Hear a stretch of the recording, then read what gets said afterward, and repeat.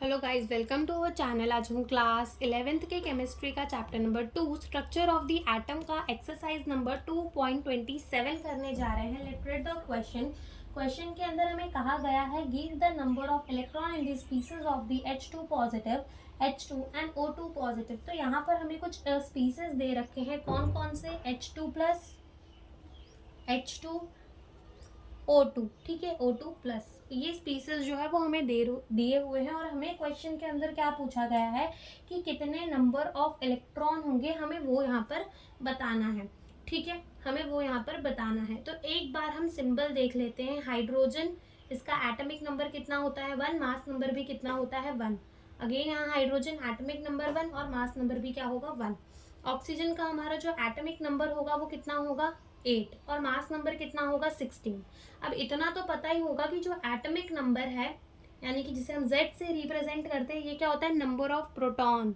और number of proton का मतलब क्या होता है? Number of electron. यानी कि समझो कोई भी एलिमेंट है, मान लो X, ठीक है, यहाँ हम लिख देंगे Z, यहाँ लिख देंगे A। तो ये A क्या होता है? हमारा मास नंबर। मास नंबर का मतलब क्या कि इसके अंदर number of proton plus number of neutron कितने हैं, सम उन दोनों का। और Z क्या होता है? Atomic number. एटॉमिक नंबर का मतलब होता है कि नंबर ऑफ प्रोटॉन कितने हैं। ओके, और नंबर ऑफ प्रोटॉन जितने होते हैं उतने ही क्या होते हैं? नंबर ऑफ इलेक्ट्रॉन होते हैं।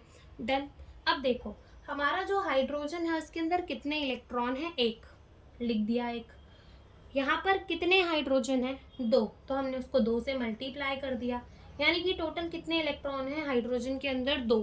लेकिन इधर पे हाइड्रोजन पे कैसा चार्ज है? प्लस का चार्ज है।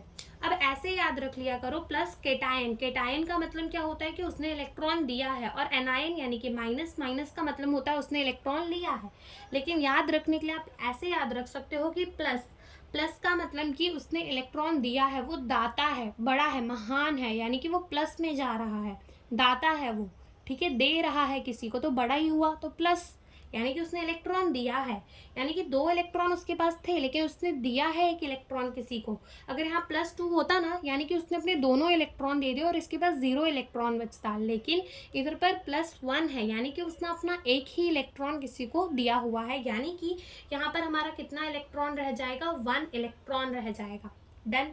सेकेंड आओ, यहाँ पे देखो, यहाँ पर हाइड्रोजन के अंदर कितना इलेक्ट्रॉन होगा? एक हाइड्रोजन के अंदर एक, टोटल कितने एटम है हाइड्रोजन के? 2, यानी कि 2 से मल्टीप्लाई कर दो तो टोटल यहाँ हमारे कितने इलेक्ट्रॉन हो जाएंगे? 2 इलेक्ट्रॉन। यहाँ कोई प्लस माइनस का चार्ज है, केटायन एनायन है? नहीं है, यानी कि यहाँ पे हमारा आंसर आ गया कितने इलेक्ट्रॉन होंगे? 2 इलेक्ट्रॉन होंगे।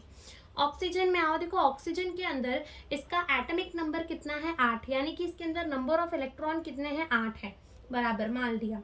एंड कितने नंबर ऑफ एटम है ऑक्सीजन के? 2, तो इसको 2 से मल्टीप्लाई कर दो। 8 1 जा 8 और 8 2 जा 16, यानी कि यहाँ कितने हो जाएंगे इलेक्ट्रॉन? 16। लेकिन यहाँ पर फिर से प्लस का चार्ज है, प्लस का चार्ज यानी कि दाता, उसने इलेक्ट्रॉन दिए हैं, यानी कि हम इसमें से -1 कर दें 1 इलेक्ट्रॉन, तो यहाँ पर हमारे कितने बच जाएंगे? 15 इलेक्ट्रॉन बच जाएंगे। तो यहाँ कितने इलेक्ट्रॉन होंगे? 15 इलेक्ट्रॉन होंगे। तो यही हमसे इस क्वेश्चन के अंदर पूछा था। Thank you for watching the video.